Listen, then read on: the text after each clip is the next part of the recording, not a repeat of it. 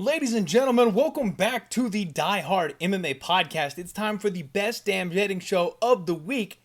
It is the undefeated post weigh-in show, and after UFC 291, had to upgrade a little bit. Let's get right on into it. We're going to take every last little bit of info we can. We add it to the handicap from the week. We watch these fighters face off on the scales, and then we put it all together and make our good bets this week.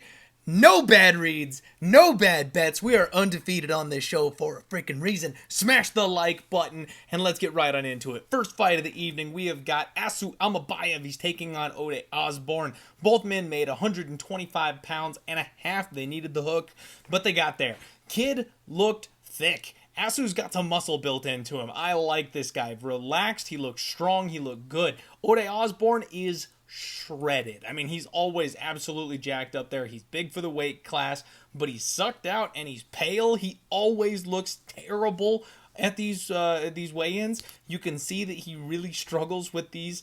Like, you can straight up like see his like jaw, his teeth through the sides of his cheeks. He's that sucked out when he gets up there. It's a tough cut for Ode. He looks massive when they face off. Ode looks very, very big. Size difference is apparent, but Asu is jacked. I don't necessarily think he's at too much of a disadvantage there. I already have a bet on Asu in this spot. 3 units to win 2, minus 150. I don't like the line as much, obviously, where it sits right now, but I am picking him to win. I've been trying to fade Ode and his poor gas tank for a long, long time. He keeps on managing to skate on by. I don't think it's happening this week. This kid brings a heavy wrestling pace game plan. As long as Asu doesn't die in round 1, he just paces Ode and I think breaks him late. I would expect a late finish from Asu Almabayev in this spot.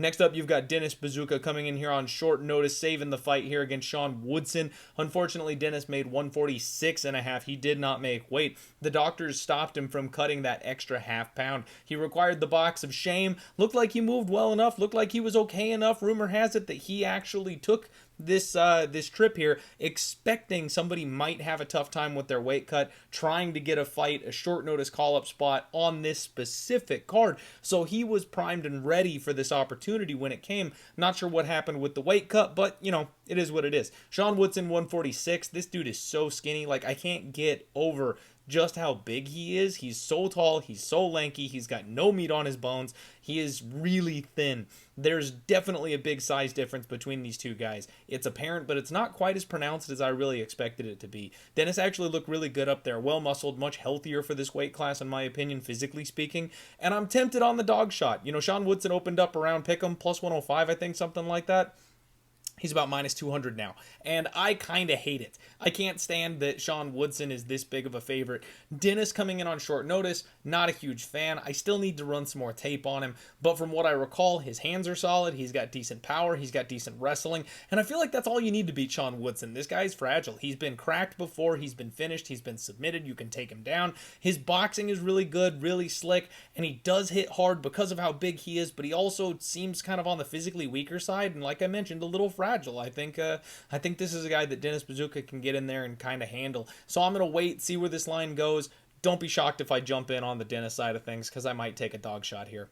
Cody Durden taking on Jake Hadley up next. The civil war of Twitter here this week. We've got Durden 125.5, Jake Hadley 126. Cody Durden looked good. Solid flex on the scale. No issues for him. He did put out a Twitter post later saying this was one of the toughest cuts that he's had this short notice opportunity, I believe.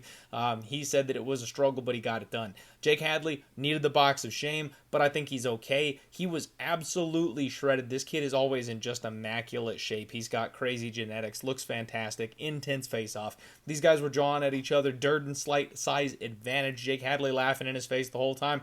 You love to see it. I can't wait for this fight. I'm so pumped. So I think this one is going to be finishing inside the distance, and I actually have Jake Hadley inside the distance at plus 120. 2-unit shot on that one. Cody Durden's another guy that I've been on the opposite side of a couple of different times. He keeps kind of sliding out away from me. I think Jake Hadley is the guy that eventually will be able to put it all together. Good enough cardio, grappling upside, obviously a striking advantage. I think he cracks him. Whether or not he decides to go for the club and sub, Durden slows down and he shoots a bad takedown, or if Jake Hadley just rib roasts the hell out of him and knocks him out like he did his last fight, I think Hadley can win this fight really in any way he wants to. So inside the distance makes a lot of sense here for me. Damon Jackson takes on Billy Q.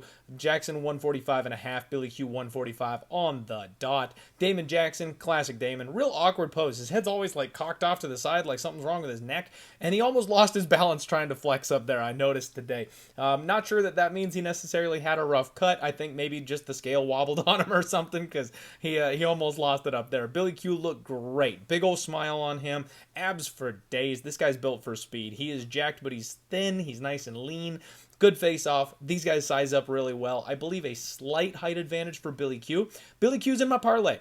Just a one-unit shot. Not the most confident spot in the entire world, but I've got Billy Q lined up with somebody a little later on in the card. I think he wins the fight. I think his cardio, his pace, eventually will take over. Damon Jackson probably has some wrestling success early, but I think Billy Q is good enough to stay safe in those situations, and then he will be able to take over the fight the deeper that it gets. By the way, I apologize for stumbling over my words here a little bit, guys. Apparently these bucket hats, they make like an echo effect, and I can hear myself louder than I ever have speaking in my entire life, and that's new to me, so it's kind of throwing me off here. Did not know that was a thing, because I don't wear these kinds of hats, but I do now because it's got money on it. Next up, you've got Carlston Harris taking on Jeremiah Wells. Harris 170 on the dot. Wells needed the extra half pound. Carlston Harris looks shredded, and he got up there. He's showing my boy the elbow like he's ready. This guy looked really good on the scales today. Jeremiah Wells, an absolute tank. I mean, this guy is tiny, but he is twice as wide. He did give a slight wobble when he threw his hands up there at the end of his weigh-in, though. I'm a little worried he had a bit of a tough cut. Jeremiah Wells looked a little muted up there. He looked a little calm up there, which, this guy, he's got that picture with his neck veins popping out, screaming at the camera and stuff like that. Like, he's not really a calm individual. So I feel like maybe he had a bit of a rough time up there today. Harris is massive. Now, we knew he was going to be taller. We knew he was going to be longer, but he is gigantic up there. This was a good, respectful face-off. And I just get weird vibes from Wells. I think he's not correct coming in here to this fight, just looking at him. Now, I'm already on Carlston Harris. I already played a 2-unit bet on Harris. I believe I got plus 120 earlier in the week. I need to go back and look, but it's either plus 120 or plus 115. He is down to almost even money at this point. Even money, plus 102 it looks like, over on DraftKings is what you can get for Carlston Harris. So that line has been dropping the whole week. Even though I'm seeing people all over the place on Jeremiah Wells, that line is coming down. I still like Carlston Harris. This is going to be a violent fight. Maybe it's a little back and forth, but I do think eventually Harris is going to be the one that kind of cracks Jeremiah Wells on the feet. Next up, Hani Barcelos and Kyler Phillips. Barcelos 135.5, Phillips 135 on the dot. Barcelos looked rough. He's another one of these guys that's been doing it for a long time. He's getting older. He looks like he has a hard time up there. And the dogs are barking. You've got Kyler Phillips coming off an Austrian PED suspension, wondering what he looks like here. And honestly, you can see very clearly that there is a lack of definition in this kid. Now, I know. Shitty camera, lighting, angles, abs and muscles are all about the lighting and the angles, but he doesn't look anywhere near as muscular as he has in his previous couple of face-offs, and that's just the truth of the situation. I have giant questions about Kyler in this spot because he doesn't have his drug of choice. He's a minus 205 favorite here in this spot, and I can't for the life of me bet Hani Barcelos at this time in his life. I might live bet this spot because if Kyler comes out and fights like he normally does, it's all fast twitch muscle, it's high speed, it's high pressure, it's pace, and he falls off. Like, even when he was on the drugs, he falls off and fades the deeper the fight goes. So now that he doesn't have that in his system, if he slows down and starts to die a whole lot quicker, I may live bet Hani Barcelos. That's the look here on this one. But I'm not laying minus 200 on a steroid abuser, a guy who doesn't have that steroid coming into a fight where it's technically speaking a step up in competition for him. I also don't want to trust Hani at this stage of his career, especially what looks like coming in off a tough weight cut, but this fight could be competitive, and if I'm getting a much juicier number than plus 170 live when it looks like Kyler might be fading, different story. Ignacio Bahamondes takes on Ľudovít Klein in the next fight. Both guys made 156. Bahamondes was the last to the scale. Surprise, surprise. He's the biggest guy on the card. Don't know how he makes this weight cut. He's another Jalen Turner type. Have no idea how he gets down here, but damn, he looked good. His abs are cut up. He's built well. He's filling out into that frame. He got real excited when they called the weight. I think he thought he was going to miss it. His opponent, Klein, jacked. Like, this is Liam Pick's fights on steroids. Like, this guy is absolutely huge, massive flex. Ignacio's got the height advantage. This entire fight, it's like these giant people fighting these short, squat muscle bros. Like, that's this whole entire card. But this was an intense stare down. Both guys are really amped up and really excited for this fight. Still respectful, obviously. I like Ignacio Bahamondes. I think Klein is kind of a busted prospect at this point. Ignacio is the other leg of my 1 unit parlay from before, so I have him linked up with, and I lost it. We were just talking about it 2 seconds ago. Billy Q. Billy Q and Ignacio Bahamondes gets you ever so slightly plus money. Just a 1 unit bet on that one. I'm not going deep. I'm not going hard. It's just I think both these guys win, so I'm going to tie them together and get a little plus money out of it. I like that. Tanner Boser takes on Aleksa Camur. Boser 204.5. Aleksa Camur 204 on the dot. Both these guys coming in under the weight limit, which is a little weird. Tanner Boser really looks good at 205. Looks like he should have been here a long time ago. Like, that's where his frame looks like it fits well. Camur looks filled out. Like, coming back in off a 2-year layoff, this guy's jacked. He looked incredible shape. Boser, notably larger frame, though. Like, you could just, when they faced off, Boser's taller. He's bigger. He's broader. He's got bigger shoulders and bigger arms. Like, even though Camur is much more jacked and muscular, it's apparent Boser's coming down from heavyweight in this spot. I hate this fight. So Tanner Boser is a guy who I like to bet at heavyweight using that speed advantage, using the leg kicks. There's a lot of big, slow, lumbering heavyweights that we could take advantage of that with. Even though I think he belongs at 205, it's much sharker waters out here. Sharker waters? That's the thing, apparently. It's shark-infested waters here at 205. These guys hit hard. They're fast. A lot of them are as athletic as it gets. Aleksa Camur, though, I'm so down on this guy. I don't like him. I'm not impressed with his skill set, at least what we've seen so far in the UFC. So I've got a tough time putting any money on either side in this fight. We will watch carefully and closely for a live betting opportunity. It would not shock me if Camur just like one punch KOs Boser in this spot. He's a much cleaner striker. He's very fast, very athletic early on in the fight, but he also is shown to have some cardio issues and he fades off as the fight goes. It could be another live bet spot where if Tanner Boser gets cracked with one early on in the fight and that number flips, and then he doesn't die, he works its way back into it with leg kicks and jabs and just kind of activity that Camur can't quite keep up with. We've seen that be something that Camur's fallen to before. So I'm not going to make a bet on this fight. I refuse to. But I'm going to go ahead and tentatively pick Camur as an underdog just because he's the younger guy, probably a higher ceiling, more upside. But again, he's really got to show it to me because from what we've seen so far, he's a kid that doesn't look like he's going to pan out. We'll see if that changes on Saturday.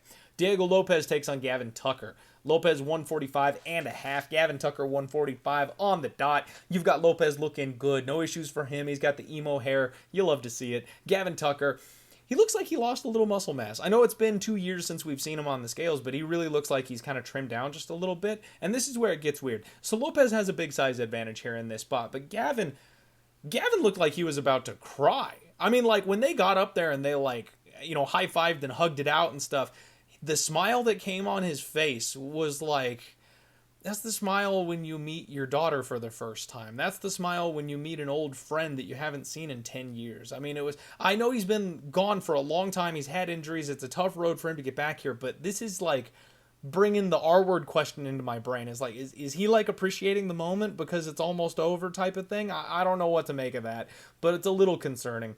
Diego Lopez opened up as a very short favorite, I think minus 120 in this spot, and in hindsight, I kind of wish I had jumped on that. I really like Gavin Tucker. I like everything about his skill set, his abilities. His striking is a lot more cleaner and processed than people probably remember it being. Plus, he's a decent grappler. But man, you go back and you rerun the Diego Lopez tape, anybody not named Movsar Evloev gets tapped in that spot. I know Gavin Tucker is a guy who's mostly been knocked out, not necessarily submitted, but geez, like, I don't know if he's ever been on the level of Movsar Evloev. So I've definitely got to pick Gavin Tucker. Congratulations to you all that got in early. I will make him my pick, but I'm also not chasing steam. I'm not going to bet Gavin Tucker. I'm not going to bet Diego Lopez here at minus 175. I'll wait for an opportunity in fight. It's another spot where if Lopez doesn't get off quick, if Gavin Tucker has some early success, takes him down, grinds him for a round, something like that, you might get a better line live, and that would be where I'm kind of looking. I may use Lopez in my submission special. We are coming off of cashing a 58-1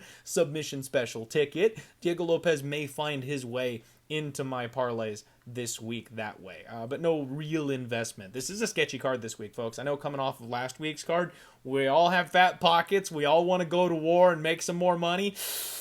This ain't the card. There's a couple good spots, I feel like, but you want to pick and choose carefully because some of these fights are sketchy as fuck, and you don't want to lose your money if you don't have to.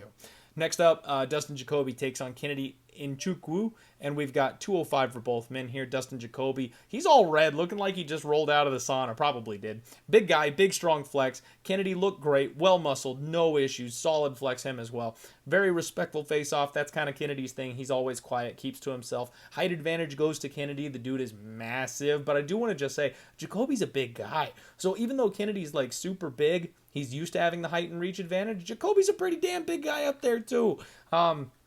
I'm picking Kennedy just because of the younger, just because of the upside, just because I like him and I'm a fan of his and I've cashed in a whole lot of tickets on him recently. Like, I love me some Kennedy Nzechukwu. I'm really cheering for this kid. But my bet here is the under 2.5. I got plus 110 on that earlier in the week when I tweeted it out. Looks like that is about even money or minus 105 in some places at this point. There's been a little bit of tug of war on the over-under here in this fight.